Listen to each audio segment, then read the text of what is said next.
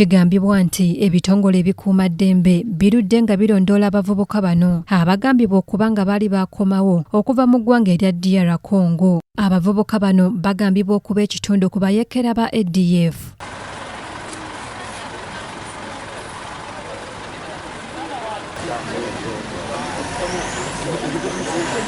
Ku lwokutaano lwa ssabbiiti ewedde abakuumaddembe bagenda Ematugga era ne batuukirira ssentebe w'ekyalo Arnold Kajoba.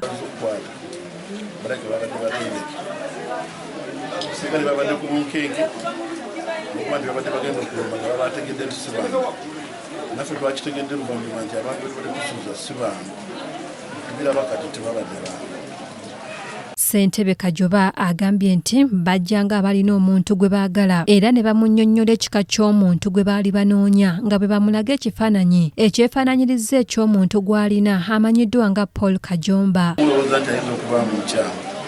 Akira ku makya n'agenda n'akola n'akomawo naye yetabira nnyo nabo oluusi omulaba ku Katonda kati kilandoli yabadde asinga okubeera nabo naye abadde akitegeera nti basajja bakyamu babadde smart nnyo mu bintu byabwe.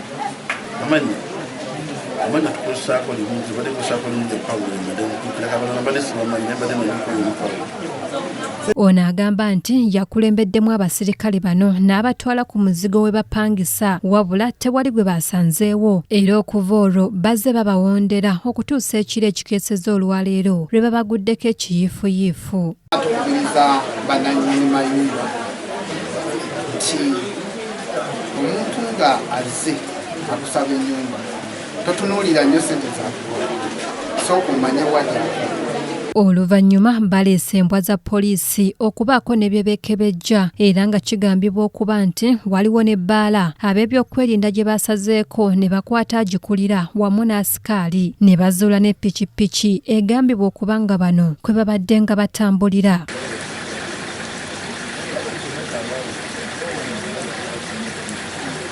Wabaddewo okuwanyisiganya amasasi era okukkakkana ng'abakuumaddembe basseeko 2 ku Nabayekera bano.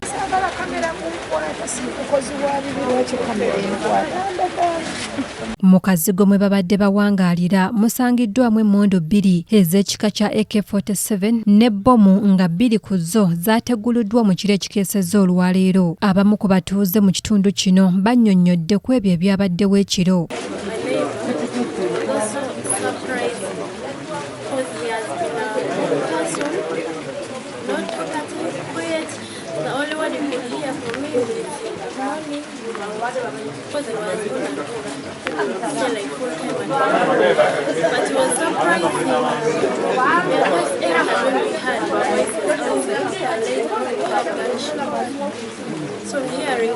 Oluvannyuma poliisi eggyeyo emirambo gy'Ababbiri bano ne gitwalibwa mu ddwaliro e Mulago okwongera okwekebejjebwa. Ayogerera poliisi mu ggwanga Fred Enanga annyonnyodde ebyabaddewo era ne yeebaza ebitongole ebyakoledde awamu okusobola okufuuza Nabayekera bano.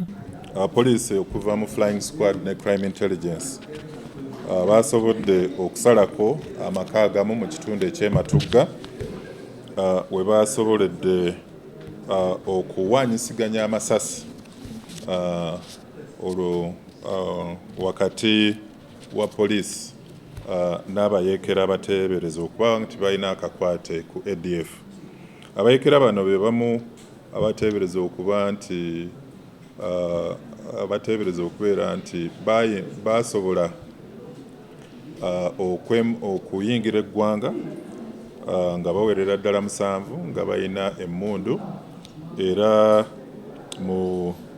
tuzze nga tubalondoola olw'ebikolwa eby'obukambwe n'obutujju bibazze bakola ku bannayuganda. Ono aweze nga bwe bakyagenda mu maaso n'ebikwekweto ekikanga kino okutuusa nga Nabayekera baweddewo mu ggwanga.